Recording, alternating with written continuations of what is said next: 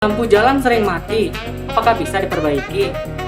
Kabel depan rumah saya semrawut nih. Kabel listriknya gimana sih ngaturnya? Kok banyak banget ya?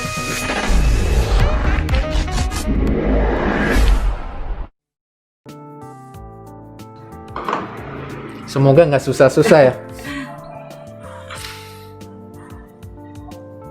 Siap, Pak.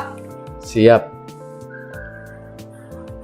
Lampu jalan sering mati, apakah bisa diperbaiki? Oke, ini juga akhir-akhir ini pertanyaan yang sering muncul di WhatsApp grup kelurahan maupun di beberapa pertanyaan warga ya. Kalau lampu jalan ini mati, siapa sih yang harus benerin? Jadi perlu diketahui electrician semua, kalau lampu jalan itu merupakan tanggung jawab Dinas Perindustrian dan Energi Pemprov. Jadi di Cempaka Putih berarti tanggung jawab ya Pemprov DKI Jakarta. Memang beberapa kali banyak laporan terkait lampu PJU padam melapornya ke PLN, tapi sebenarnya itu bukan wewenang PLN tapi wewenang Dinas Perindustrian dan Energi Pemerintah Provinsi DKI Jakarta. Apalagi nih Mas Punggi nih? Kabel depan rumah saya semrawut nih.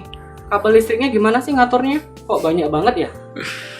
Oke, terima kasih. Ini juga banyak pertanyaan yang masuk seperti itu di WhatsApp group atau di keluhan-keluhan ya, baik di laporan APKT seperti itu. Jadi memang kondisi di lapangan itu sebenarnya ada berbagai macam kabel.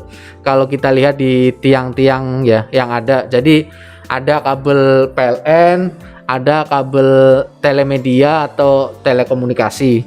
Jadi untuk membedakannya itu seperti apa? Jadi kalau kabel PLN itu ciri-cirinya terpilin. Jadi kabel PLN itu kalau di atas tiang itu ada yang 4 itu kabel JTR ya, jaringan tegangan rendah, itu ciri-cirinya terpilin ada 4, dan kabel SR yang ke rumah-rumah itu juga terpilin ada 2 kabel ya.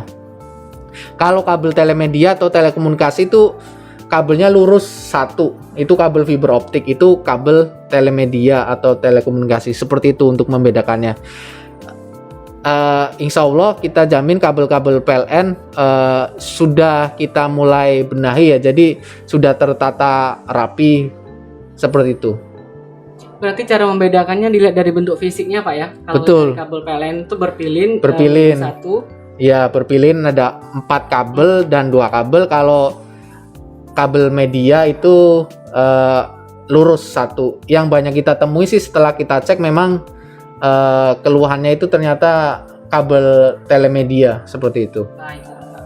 Nah, Pak, akhir-akhir ini kan sering terjadi kebakaran dan beberapa penyebabnya dikarenakan adanya hubungan arus singkat dari listrik. Bagaimana sih, Pak, terkait pengamanan kelistrikan sehingga kita bisa mencegah kebakaran itu terjadi? Apa yang harus dilakukan dan bagaimana solusinya? Jadi ada beberapa tips ya Mas Pungki untuk mencegah kebakaran akibat konsleting listrik. Jadi kita juga harus peduli terhadap instalasi listrik rumah kita sendiri ya. Yang pertama itu serahkan instalasi listrik rumah kita itu kepada instalasi listrik yang terakreditasi, dan pastikan juga instalasi listrik di rumah atau bangunan itu mempunyai SLO, sertifikat layak operasi. Yang kedua, gunakan peralatan listrik yang memenuhi standar SNI dan ukuran yang tepat. Biasanya kalau kabel-kabel itu ada tulisannya SNI, berarti itu kabelnya sudah terjamin kualitasnya. Yang ketiga juga kita harus memperhatikan daya dan beban yang ada di rumah kita. Jangan sampai electrician coba-coba mengotak-atik meteran yang ada di rumah kita. Nah, itu bisa bahaya karena di kWh meter itu ada MCB. MCB itu fungsinya sebagai pembatas atau pengaman. Jika terjadi daya lebih atau terjadi konslet, itu MCB itu akan putus ya, akan turun seperti itu. Itu untuk pengaman. Mungkin yang keempat juga kita harus mengecek instalasi listrik rumah kita paling tidak setiap 5 tahun sekali. Mungkin itu beberapa tips agar terhindar dari bahaya kebakaran yang diakibatkan oleh konsleting listrik. Tolong dicatat ya netizen, Nah, itu dia netizen, pesan dari Bapak Restu sangat informatif sekali ya. Fokusnya itu kita saling peduli dan amati lingkungan kita. Kalau kita bisa menjaga lingkungan kita, maka kita bisa merasa aman. Terima kasih Pak atas informasinya, sungguh informatif sekali. Sama-sama Mas Pungki, semoga bermanfaat untuk elektrician semua. Baiklah.